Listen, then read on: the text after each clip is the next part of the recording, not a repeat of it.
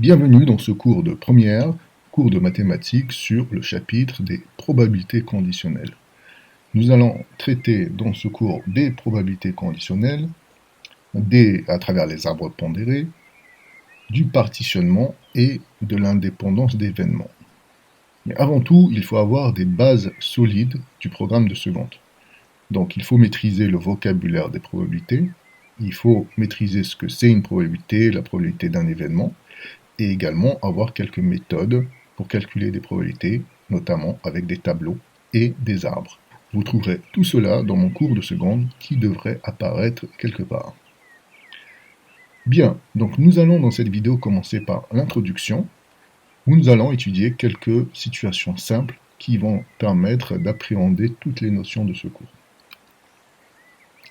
On se place dans une situation où on a une urne qui contient 3 boules, 2 boules rouges et une boule verte. Les boules rouges, on va les nommer R1 et R2, et la boule verte V. On va avoir comme expérience aléatoire de choisir successivement et avec remise de boules. Donc ça, c'est comme les exemples de la fin de seconde.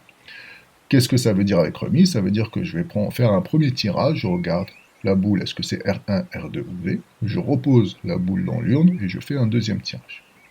Bien, donc on avait vu qu'on pouvait schématiser cela grâce à un arbre. Donc, un arbre où on part d'un nœud et on effectue un premier tirage. Premier tirage, quelles sont les possibilités? Alors, il y a 3 possibilités, d'avoir R1, R2 ou V. Ces 3 possibilités sont équiprobables, et donc je suis dans un arbre comme en seconde avec une équiprobabilité. Maintenant, si je veux faire un peu différemment, et je vais faire ce qu'on appelle un arbre pondéré. Ça veut dire quoi un arbre pondéré? Ça veut dire que ici, sur le chemin, je vais mettre la pondération, qui est en fait la probabilité pour arriver à cette issue. Alors ici, étant équiprobable, la probabilité, ça va être 1 tiers partout. Et donc, on va avoir 1 tiers sur chacune des branches. Maintenant, intéressons-nous au deuxième tirage. Si jamais j'ai tiré R1 au premier tirage, qu'est-ce que je peux tirer au deuxième tirage?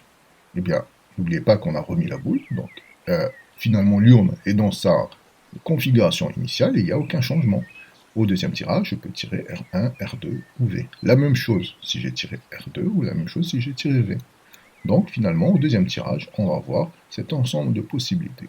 Quelles sont les probabilités ici? Eh bien, c'est les mêmes que au premier tirage. La configuration de l'urne n'a pas changé, donc on a toujours 1 tiers partout. Quelles sont les issues? Donc ici, on va avoir une issue qui va être R1, R1, c'est-à-dire tirer R1 au premier tirage et R1 au deuxième tirage. Ici, on aura R1, R2, R1, V, etc. Donc on a cet ensemble d'issues. On en a combien? 3 fois 3, 3 au carré, 9. Bien. Quelles sont les probabilités? Bien, les probabilités, on avait vu en seconde que toutes ces issues étaient équiprobables. Donc, chacune avait une probabilité de 1 neuvième. Maintenant, on peut faire un peu différemment avec cet arbre pondéré et utiliser le principe multiplicatif, à savoir que la probabilité d'une feuille d'un arbre, c'est quoi? C'est le produit des probabilités des branches du chemin qui ramène à cette feuille. Donc ici, la probabilité de R1, R1, c'est 1 tiers fois 1 tiers, soit 1 neuvième, et la même chose pour toutes les autres issues. Ok, c'est bien, mais imaginez au lieu de 2 boules rouges et une boule verte, on en avait 500 et 400. On va pas s'amuser à faire un arbre comme ça.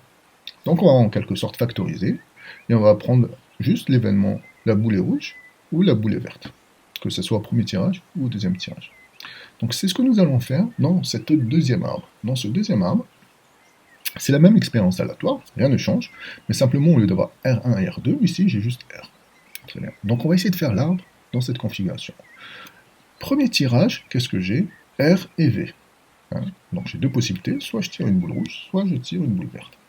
Quelles sont les probabilités? Donc 1 demi, 1 demi. N'est-ce pas? Ah non, parce que j'ai 2 boules rouges et une boule verte. Donc la probabilité d'avoir R ici, c'est quoi? C'est 2 sur 3, 2 tiers. Et ici d'avoir V, c'est 1 sur 3. Maintenant, si jamais j'ai eu R ici, qu'est-ce que je peux tirer au deuxième tirage? N'oubliez pas qu'on est toujours avec remise, donc rien ne change. Au deuxième tirage, j'ai la même configuration, donc je vais pouvoir tirer soit R, soit V. Quelles vont être les probabilités? Rien ne change, même configuration, 2 tiers, 1 tiers. Vous voyez que finalement, le deuxième tirage ne dépend pas du premier tirage. Alors, quelles sont les issues possibles? Donc on lit RR, RV, etc. Et quelles sont les probabilités? Cette fois-ci, attention, ces issues ne sont pas toutes équiprobables. Donc on ne peut utiliser que le principe multiplicatif, à savoir que la probabilité d'avoir RR, c'est quoi? C'est 2 tiers fois 2 tiers. Donc 2 tiers fois 2 tiers, ça fait 4 neuvièmes. La probabilité d'avoir RV, c'est 2 tiers fois 1 tiers. 2 neuvièmes. VR, donc c'est 1 tiers fois 2 tiers. 2 neuvièmes, c'est la même chose. Et 1 tiers fois 1 tiers, 1 neuvième. Donc on a bien la somme ici. Donc 4 plus 2 plus 2 plus 1, ça fait bien 9. La somme ici des probabilités vaut bien 1. Ok. Et puis vous remarquez qu'à chaque nœud, la somme des probabilités sur un nœud, 2 tiers plus 1 tiers, ça fait 1. Ici, sur ce nœud-là, 2 tiers plus 1 tiers, ça fait 1. Ici, 2 tiers plus 1 tiers, ça fait 1. La somme des probabilités de l'ensemble des issues est toujours égale à 1. Ok. Maintenant, on va aborder une dernière configuration où cette fois-ci, on va faire sans remise. Donc, toujours 3 boules, 2 boules rouges, une boule verte, mais cette fois-ci, on va choisir successivement et sans remise de boules. Alors, la configuration au départ, eh bien, c'est la même. On a toujours au départ soit R, soit V, avec une probabilité de 2 tiers et de 1 tiers. Rien ne change. Par contre, à partir de là, si je choisis R, donc ça veut dire que dans l'urne, il me reste quoi? Il me reste une boule rouge et une boule verte. Puisque la boule rouge, je ne l'ai pas remise. C'est sans remise. Donc dans l'urne, il me reste une boule rouge et une boule verte. Et ici, si je choisis vert, eh bien, vu que j'avais une seule boule verte, il n'y en a plus. Donc, il me reste que des boules rouges. Donc, au deuxième tirage, je ne peux choisir que une boule rouge. Bien. Je ne peux la choisir de manière certaine. Donc ici, la probabilité, ça va être 2 sur 2, autrement dit 1.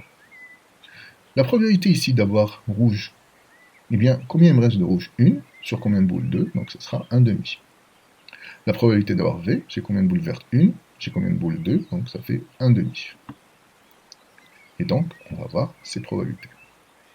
On voit quelque chose d'intéressant ici, c'est que la probabilité d'avoir R au deuxième tirage, ici elle vaut 1 demi, et ici elle vaut 1. Ce n'est pas la même, selon quoi? Selon la situation au premier tirage. Donc cette probabilité de R ici dépend d'un autre événement qui est la boule tirée au premier tirage. C'est exactement ça qu'on appelle une probabilité conditionnelle. Vous voyez que le deuxième tirage dépend du premier tirage. Donc, alors que précédemment, ce n'était pas le cas. Dans les autres expériences, avec remise, eh bien, le deuxième tirage ne dépendait pas de ce qui s'était passé au premier tirage. C'était des événements indépendants. Et là, on a des événements qu'on dit être dépendants. Si on veut faire les issues, et bien pareil, donc RR, RV et VR, quelles sont leurs probabilités? Donc 2 tiers fois 1 demi, donc ça fait 1 tiers, 2 tiers fois 1 demi, 1 tiers, et encore 1 tiers, la somme vaut bien.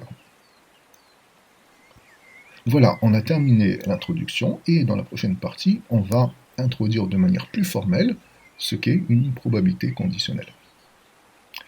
J'espère que ça a été clair, n'hésitez pas à poser toutes vos questions.